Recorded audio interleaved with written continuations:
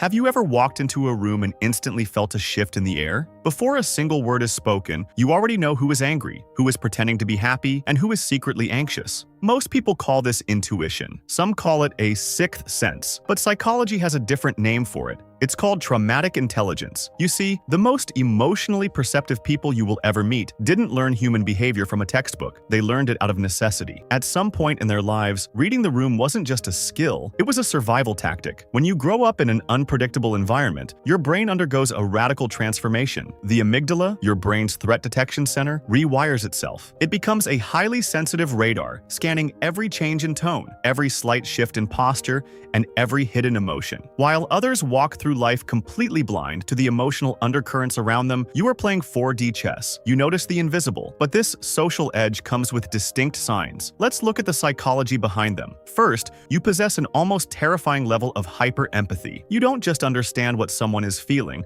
you absorb it. You can sense when a friend is breaking down inside, even when they are forcing a perfect smile. Your brain was conditioned to monitor the emotional weather of the people around you because predicting their storm kept you safe. Second, you are a master of chaos. When a crisis hits and everyone else is panicking, your heart rate actually slows down. Psychologists call this stress inoculation. Because your nervous system was essentially raised in the fire, high-pressure situations just feel like normal Tuesday. You step up, you strategize, and you survive. But there is a flip side. You suffer from adaptive skepticism. Trusting people feels like handing them a loaded weapon. You analyze human behavior deeply, often overthinking a simple text message or a casual conversation. Your inner circle is incredibly small.